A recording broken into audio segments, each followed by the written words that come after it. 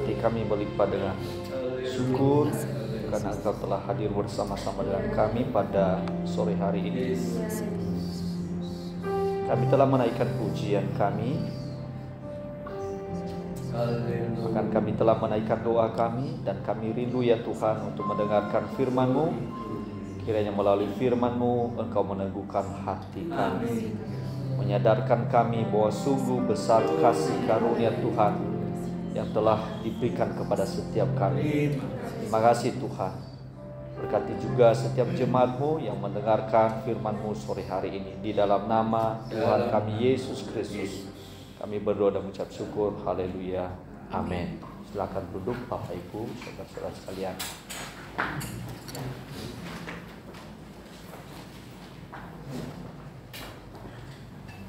Ya, selamat sore Bapak Ibu. Shalom. Ya, puji Tuhan.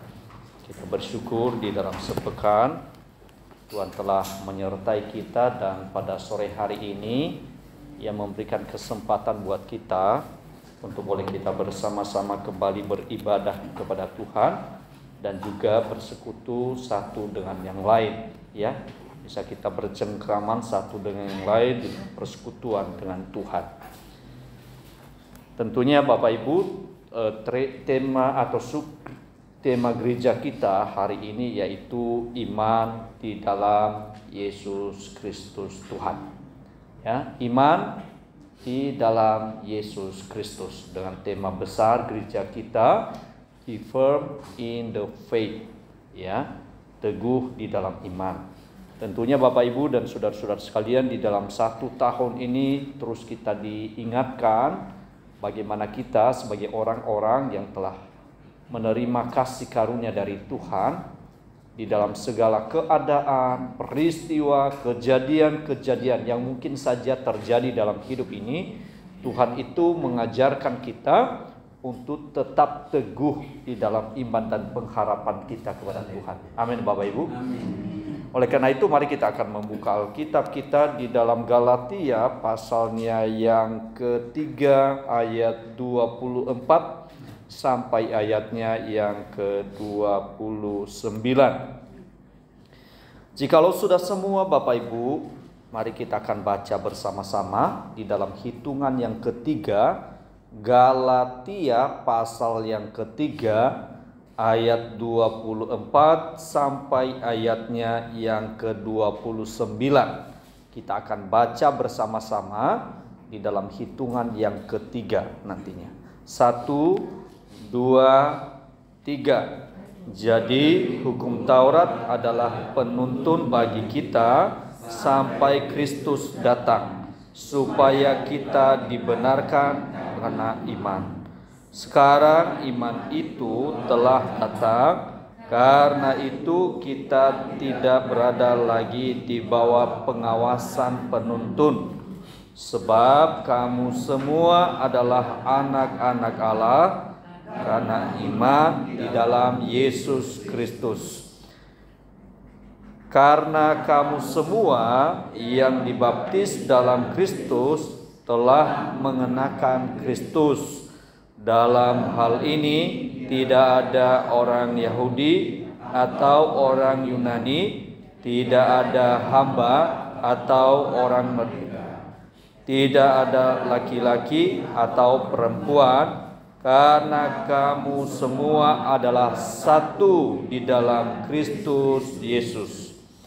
Dan jikalau kamu adalah milik Kristus, maka kamu juga adalah keturunan Abraham dan berhak menerima janji Allah.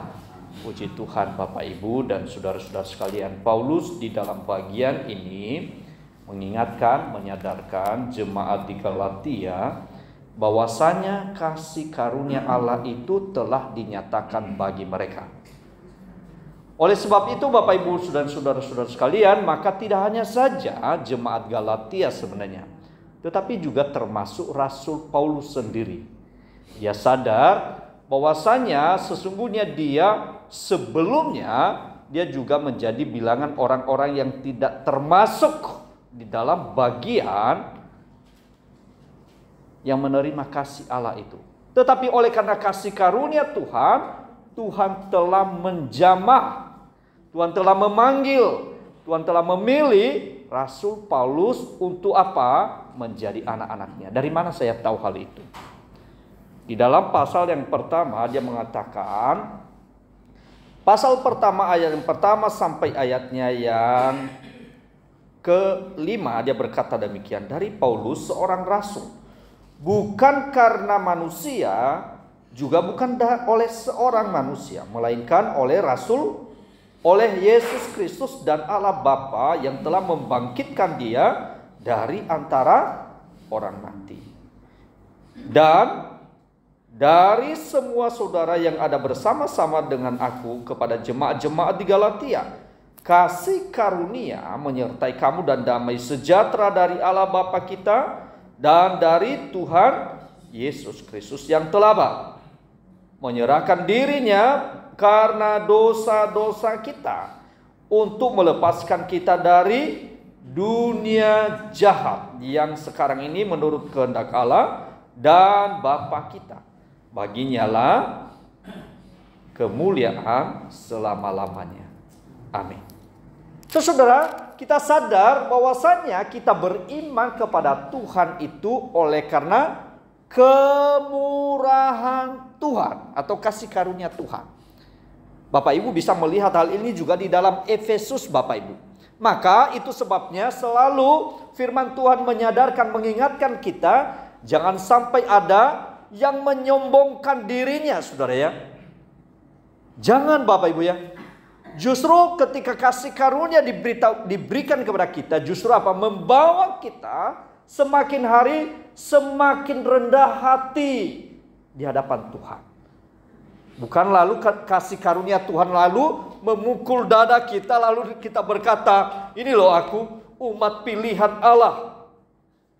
Di sisi yang lain itu ada di dalam hati kita, tetapi itu tidak menjadikan kita menjadi orang yang sombong, yang akhirnya kita meremehkan orang lain, yang akhirnya kita mencela orang lain. Tidak, Bapak Ibu ya. Kasih karunia Tuhan itu justru membawa seseorang sadar siapa dirinya yang sesungguhnya. Siapakah kita? Siapa, Bapak Ibu? Kita adalah orang-orang berdosa yang telah dikasihi oleh Tuhan.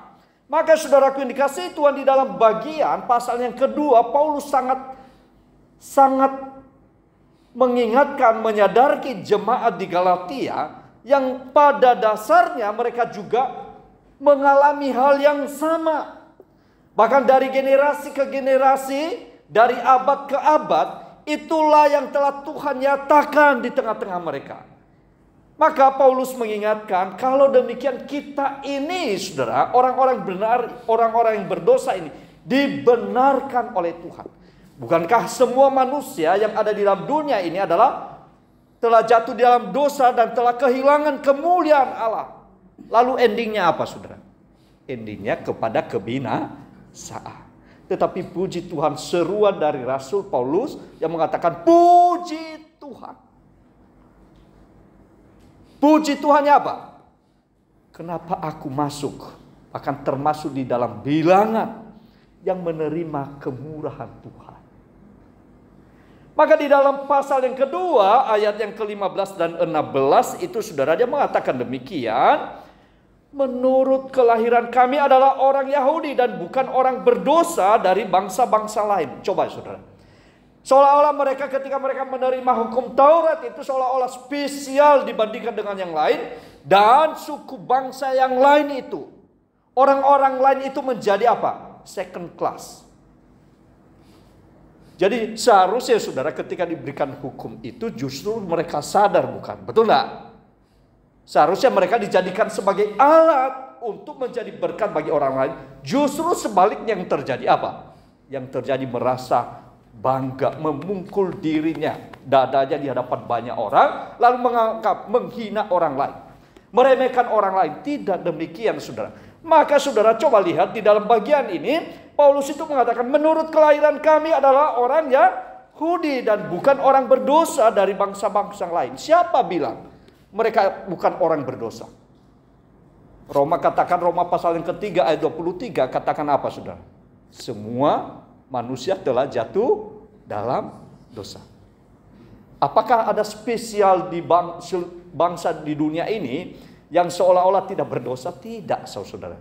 Semua keturunan Adam dan Hawa ketika jatuh dalam dosa, maka sesungguhnya apa, saudara?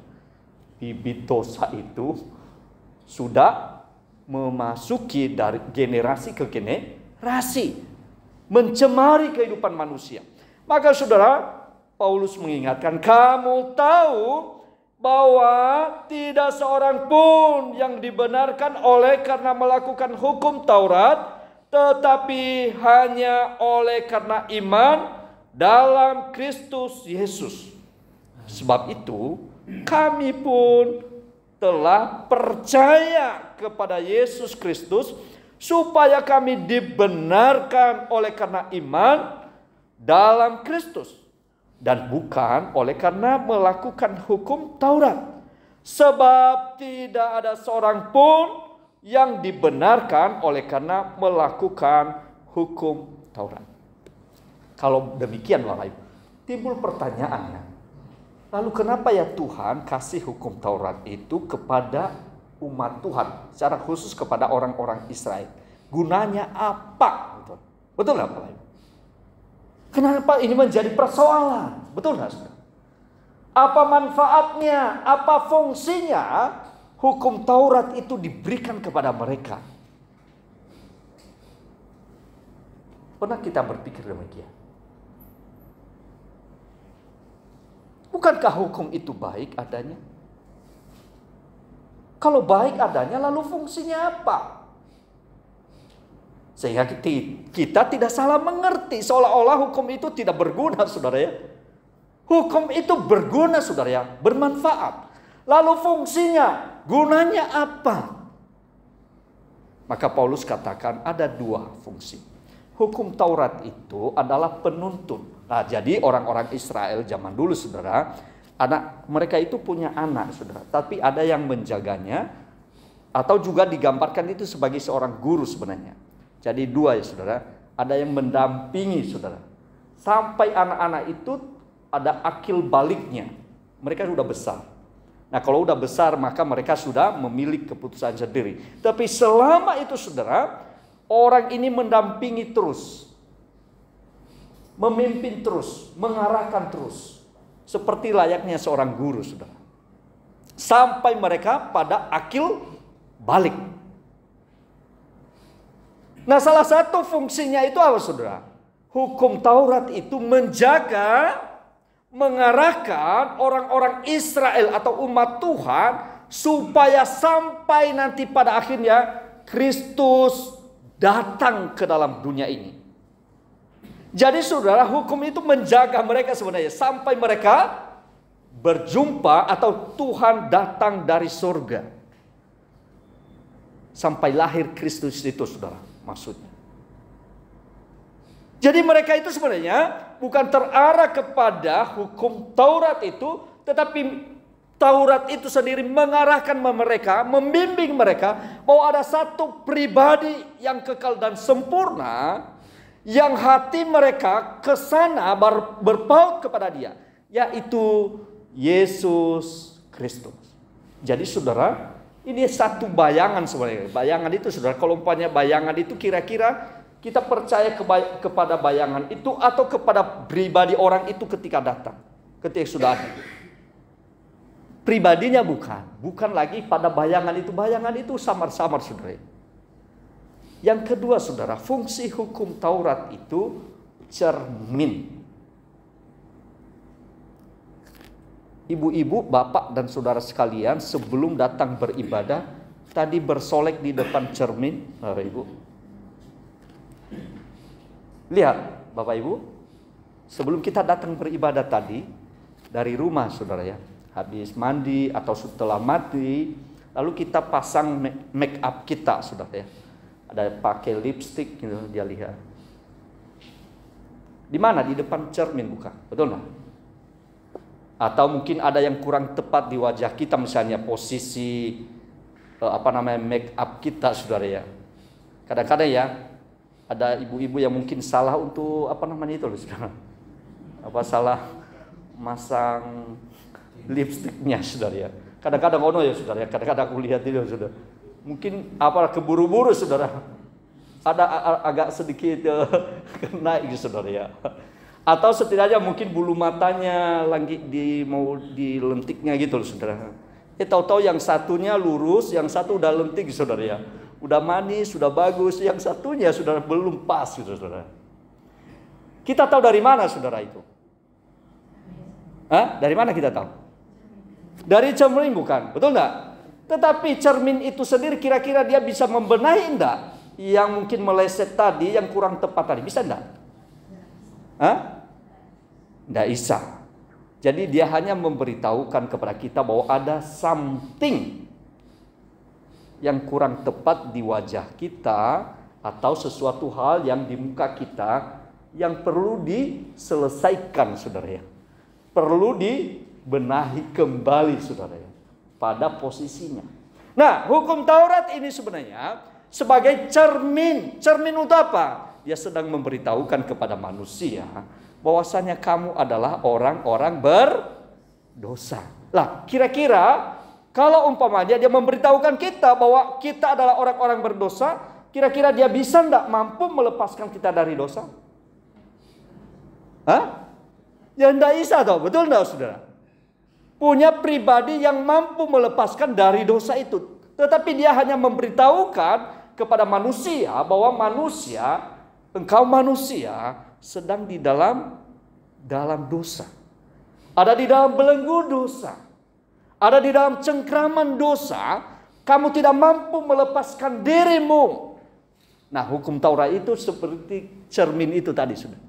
Hanya memberitahukan kepada kita bahwa kita adalah orang-orang yang berdosa, yang lemah terbatas dan tidak mampu melepaskan diri kita dari belenggu dosa yang membawa kepada kebinasaan.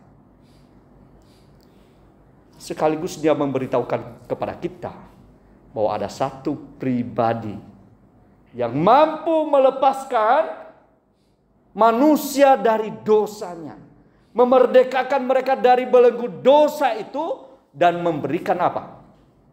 Kehidupan. Maka saudara, di dalam bagian ini sungguh apa yang dikatakan oleh Rasul Paulus itu bahwasanya itu loh.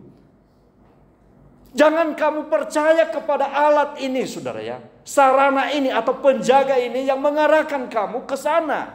Jangan. Tetapi percaya kepada siapa tadi? Kepada Yesus yang adalah pribadi yang bisa melepaskan engkau dari segala dosa dan pelanggaranmu yang membawa kamu kepada kebinasaan. Amin Bapak Ibu. Amin. Tidak ada jalan lain. Tidak ada sarana lain yang dapat melepaskan kita dari belenggu maut yang membawa kepada kebinasaan itu, tidak ada. Maka firman Tuhan selalu mengatakan apa? Apa maksudnya? Akulah jalan, kebenaran, dan hidup. Lalu bagaimana saudara? Barang siapa yang percaya kepada siapa? Kepada hukum Taurat gitu? Bukan.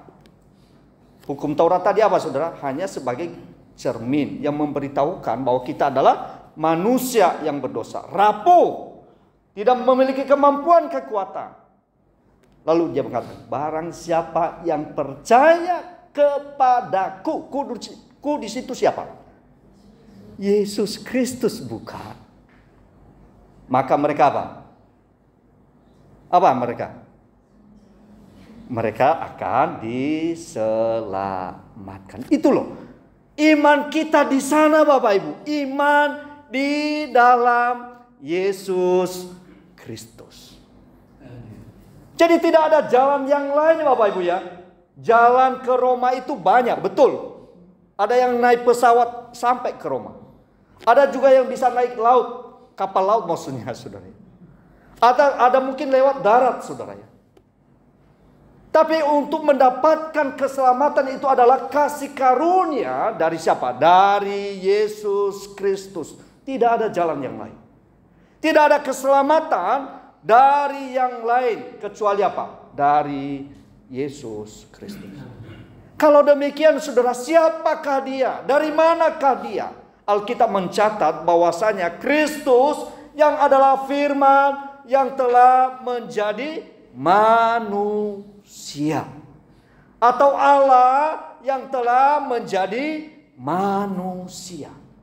Kira-kira layak enggak untuk dipercayai firman yang telah menjadi manusia ini? Lalu dia menyampaikan kepada manusia, aku adalah jalan, aku adalah kebenaran dan jalan kehidupan. Kira-kira layak enggak?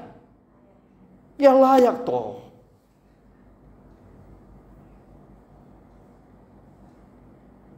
Patut dipercayai seperti ini pribadi yang demikian. Ya patut toh saudara. Lalu kenapa sering manusia menaruh keraguan kepada pribadi yang datang dari surga, lalu menghampiri manusia yang berdosa itu? Kenapa ya? Alasannya akeh saudara. Alasannya apa biasanya? Alasannya, kok manusia ya? Kok Allah menjadi manusia? Ya bisa aja dia Allah menjadi manusia. Dia punya kuasa kedaulatan. Terkecuali manusia jadi Allah itu yang sulit dipercayai saudara seharusnya ya. Atau benda-benda menjadi Allah saudara. Ya itu yang menjadi persoalan. Tapi syukur kepada Tuhan melalui Alkitab, firman Tuhan memberitahukan kepada kita bahwasanya apa saudara? Yang menyadarkan saya dan saudara, ada pribadi yang akan melepaskan manusia dari belenggu dosa yang membawa kebinasaan, yaitu pribadi Yesus Kristus Tuhan. Maka sesungguhnya kita akan menaruh iman kita kepada Allah yang hidup, firman yang telah menjadi manusia itu, bukan kepada yang lain. Itu justru menjadi sukacita kita, pengharapan kita yang kokoh dan teguh. Minggu yang lalu tentu kita sudah disampaikan tentang kebenaran firman Tuhan. Percayalah kepada Tuhan selama-lamanya. Mengapa? Karena dia adalah apa saudara? Kemarin, benteng yang teguh. Betul nggak saudara? Pintu. Ada dua makna kemarin itu, benteng dan pintu. Benteng itu sudah tidak bisa digeser. Gate itu pintu. Kalau pintu itu artinya apa? Kemarin itu dikatakan itu maskulin saudara ya. Maskulin itu artinya apa? Satu-satunya. Tidak ada jalan yang lain masuk gate itu saudara. Kristus itu nggak bisa lewat siapa saja. Kecuali apa? Yang mengizinkan siapa?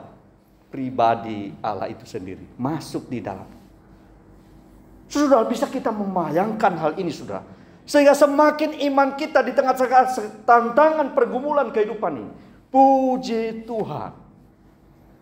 Kalau kami dibawa di dalam persekutuan dengan Engkau, maka itu adalah sesuatu hal yang spesial buat kami.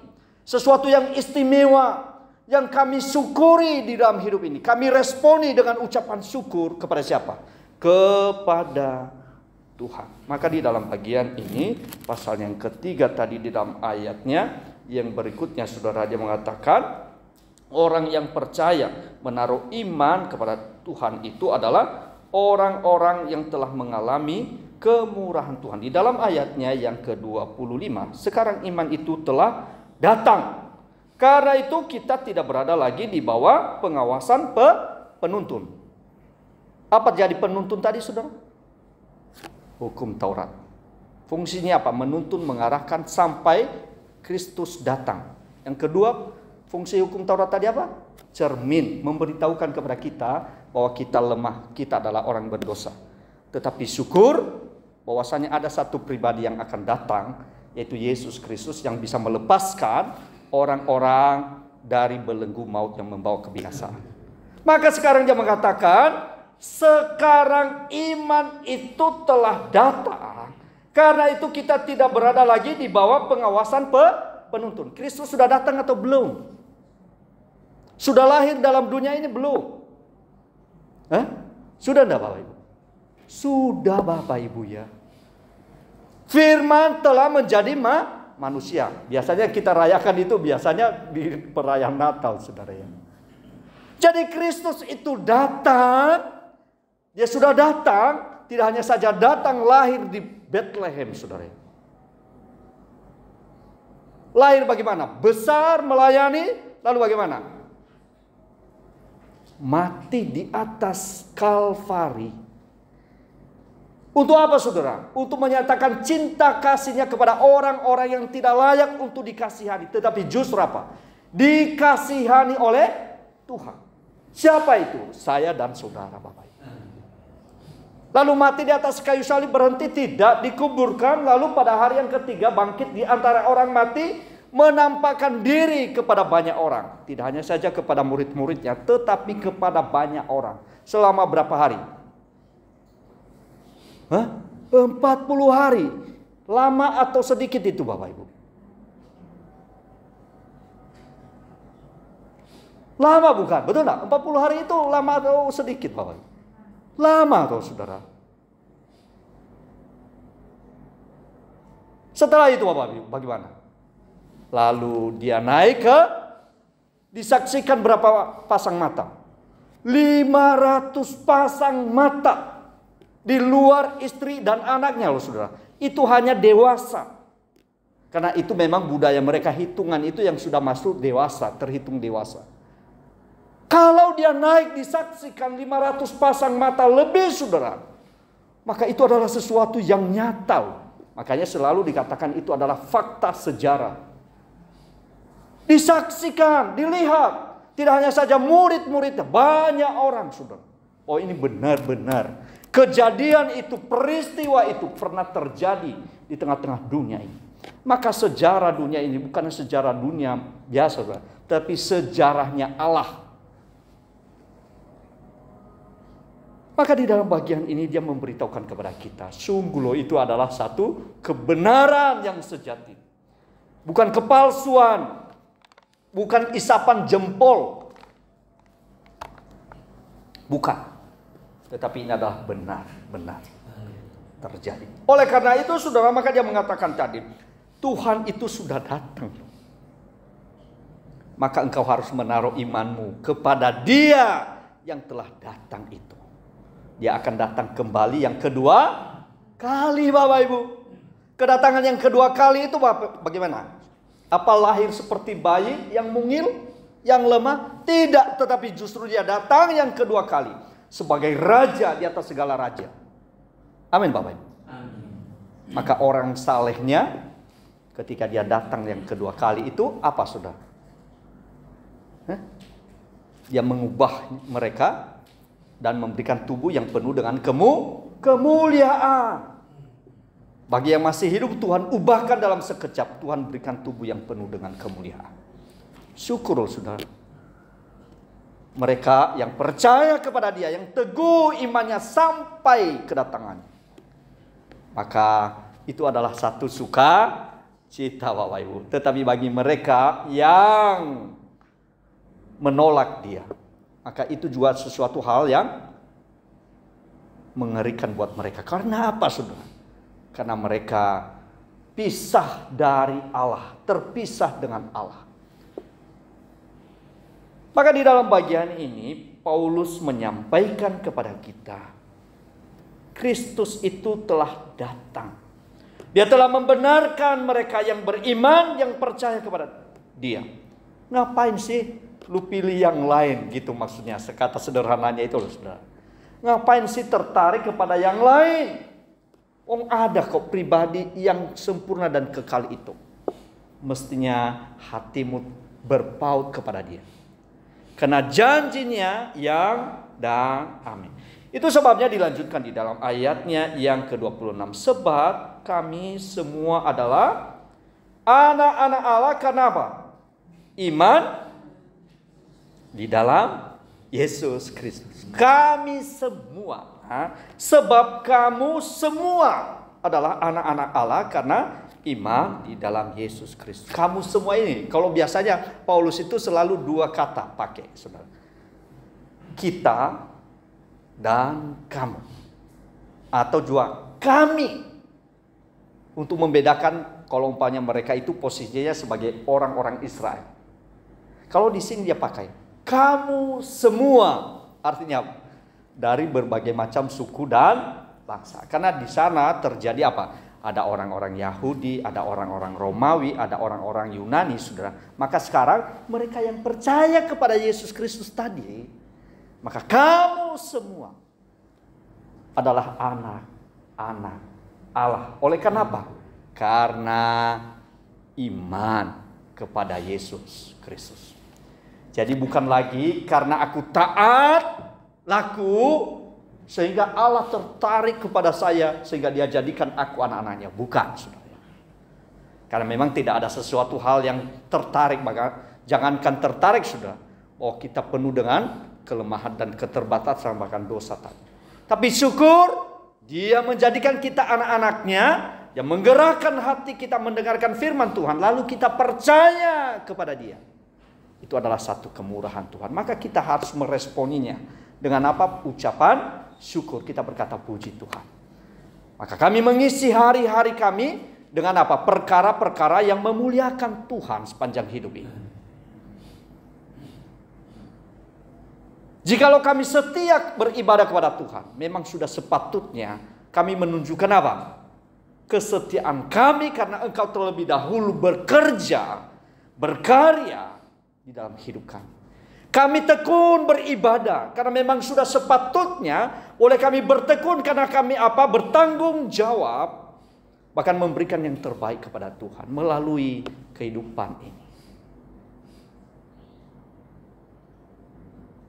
Kami setia kepada Engkau karena Engkau lebih setia kepada kami. Setia ini, saudara ya, bukan setia beribadah, Bapak Ibu ya. Setia untuk bersekutu dengan Tuhan. Amin, Bapak Ibu. Bukan setia dalam hal negatif ya, Bapak Ibu ya. Apa setia dalam hal negatif itu? Apa, Bapak Ibu? Selingkuh tiada akhir, Bapak Ibu. Bukan ya, Bapak Ibu ya. Bukan ya, Bapak Ibu ya. Tapi memang sungguh-sungguh setia kepada Tuhan. Ya. Maka di dalam bagian ini kita dijadikan anak-anak Tuhan itu oleh karena kemurahan Dia. Di dalam ayat yang ke-27, karena kamu semua yang dibaptis dalam Kristus telah mengenakan Kristus. Baptisan itu, saudara, ada dua makna.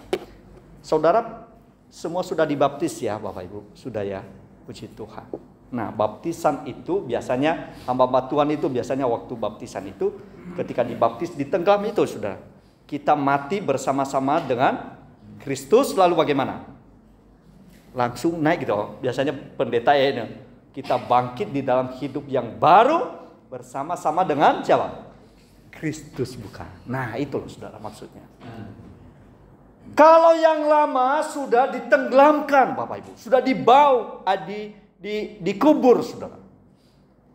Tetapi hidup yang baru, kita hidup dalam hidup yang baru di dalam Kristus Tuhan. Seharusnya orang-orang yang beriman kepada Kristus tadi, mereka akan membuahkan buah yang apa? Yang buah yang bagaimana? Yang buah yang manis, bukan? Sedap. Tetapi kenyataannya di dalam kehidupan kita sebagai orang-orang percaya kepada Tuhan, ketika kita menjalani hari-hari kita, kenyataannya kadang-kadang ada dalam hidup ini kita jatuh, bukan? Betul enggak, Bapak Ibu? Makanya di dalam kekristenan itu secara status itu kita sudah dibenarkan, Bapak Ibu. Oke? Status. Secara hukum itu de jure dan de facto. Jadi dua ini, Saudara. Secara de jure kita itu status kita sudah menjadi anak-anak Tuhan.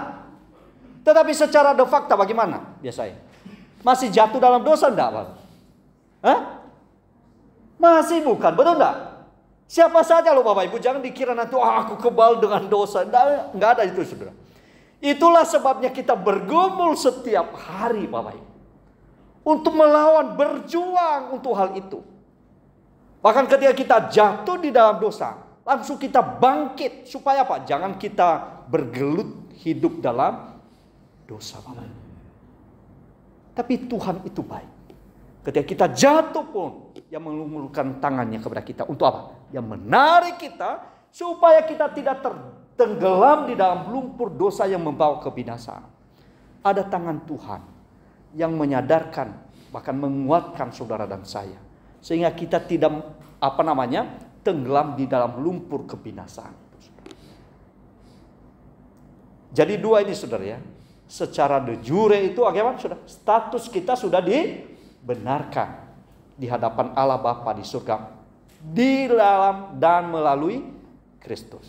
Secara de facto apa? Masih bergumul enggak terhadap dosa? Bergumul. Makanya tidak heran saudara, kadang-kadang kita bergumul, misalnya kadang-kadang ada orang Kristen yang masih apa? Meso-meso. Pernah dengar orang Kristen masih meso-meso?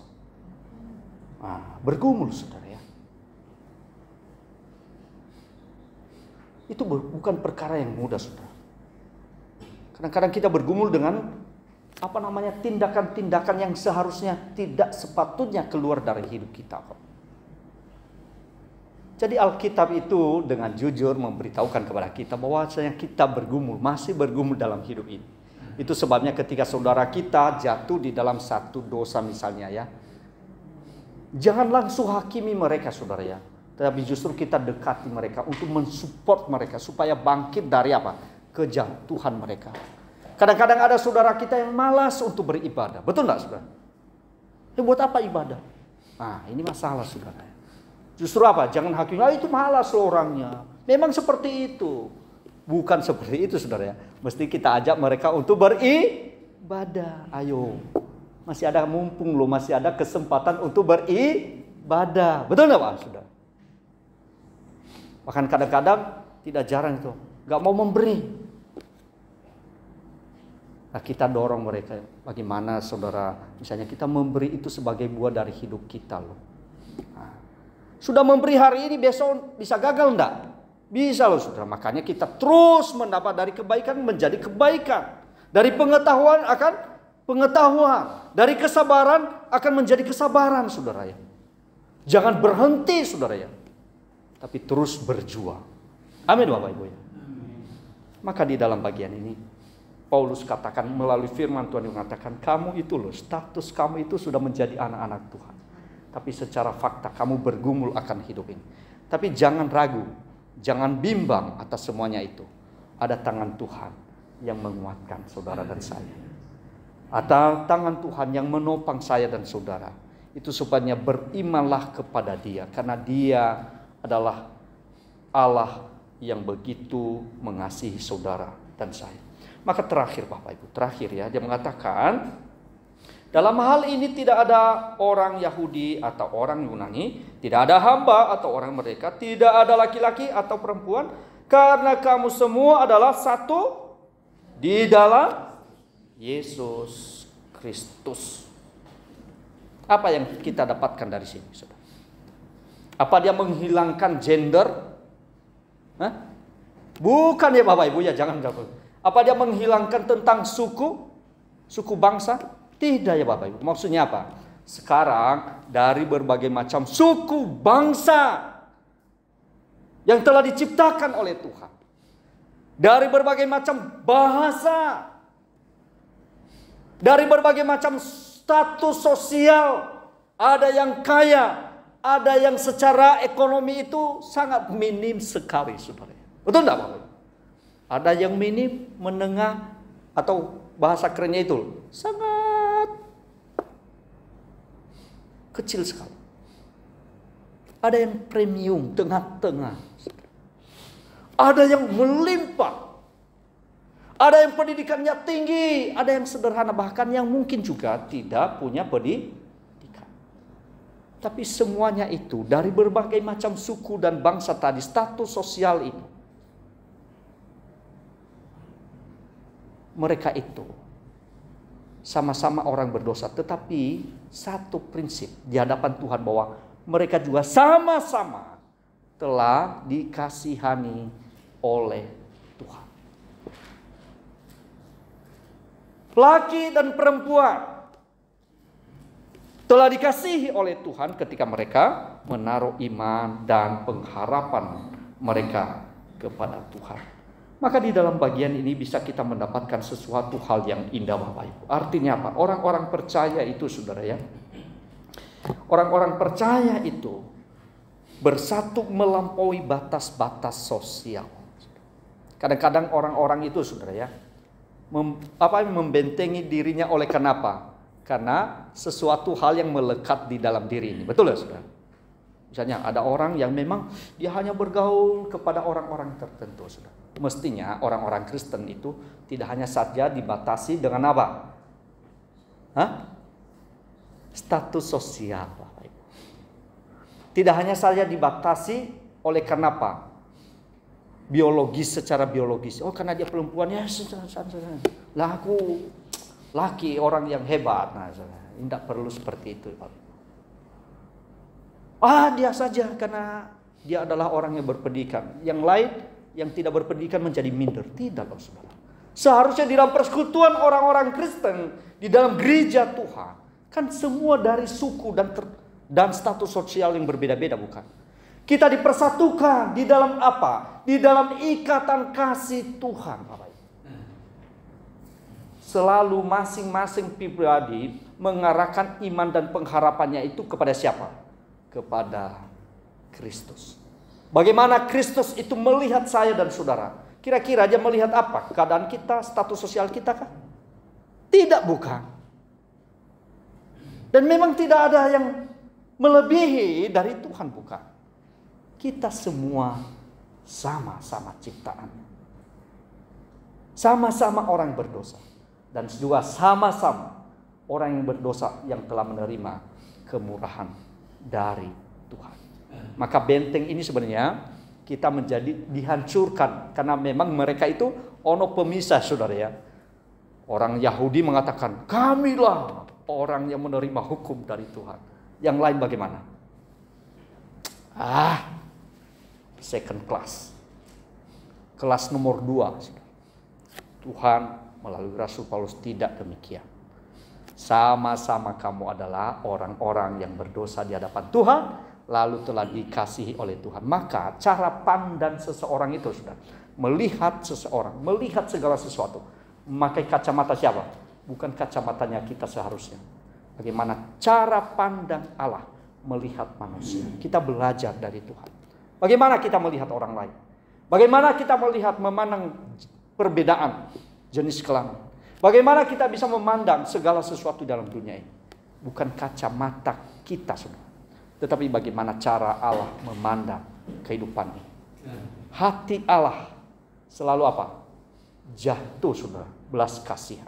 Dia menyatakan belas kasihan. Maka terakhir, tidak hanya saja kalau kamu menerima iman, beriman di dalam Kristus Tuhan, maka di dalam bagian ini tidak hanya saja itu yang kamu dapatkan, tetapi yang terakhir dia mengatakan, dan jikalau kamu adalah milik Kristus, maka kamu juga adalah keturunan Abraham dan berhak apa? Berhak menerima janji Allah. Senang nggak terakhir ini, saudara? Senang banget. Tapi kalau umpamanya diajak membeda-bedakan, saudara, kita nomor 1 di situ, betul enggak? Tapi pinginnya apa? Berhak menerima janji Allah. Enak saja. Kadang-kadang kita memilih yang menyenangkan hati kita, tetapi apa?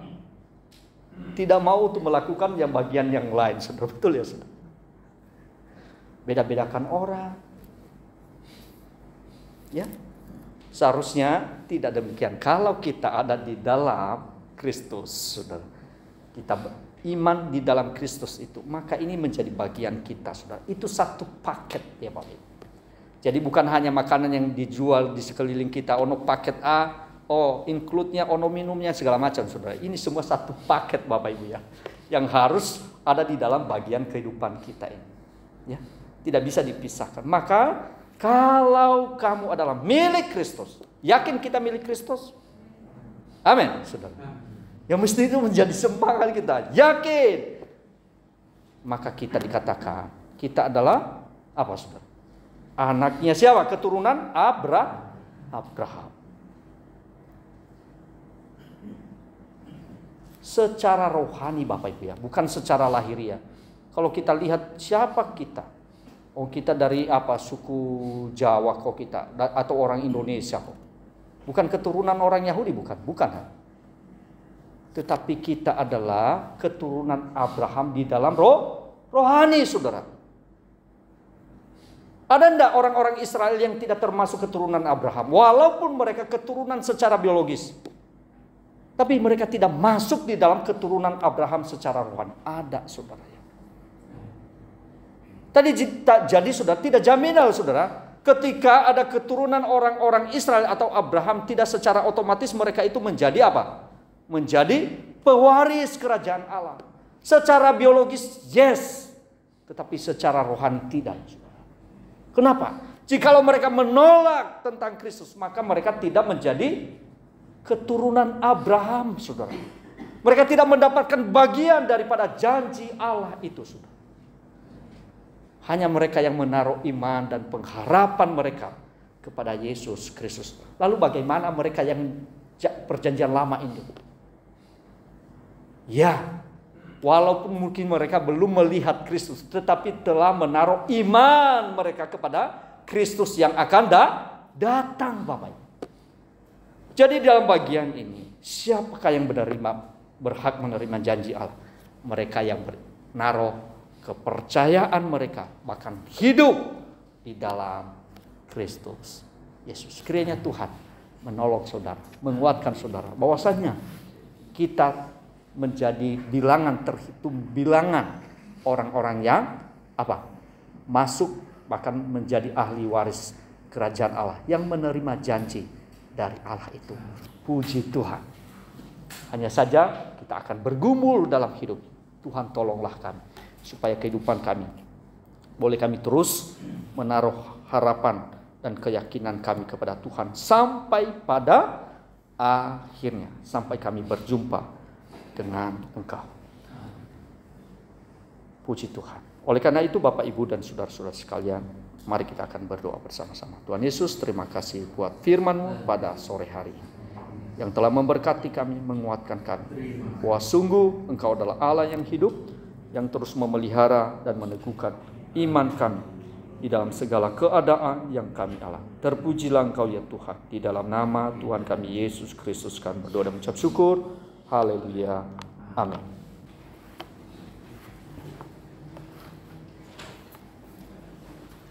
Puji Tuhan, sore yang indah ini kita sudah mendengarkan kebenaran firman Tuhan, berkat Tuhan melalui hamba-Nya. Atas nama majelis dan jemaat, kami mengucapkan terima kasih kepada hamba-Nya, Pendeta Anugrah Laya. Tuhan Yesus yang memberkati setiap pelayanannya. Imanku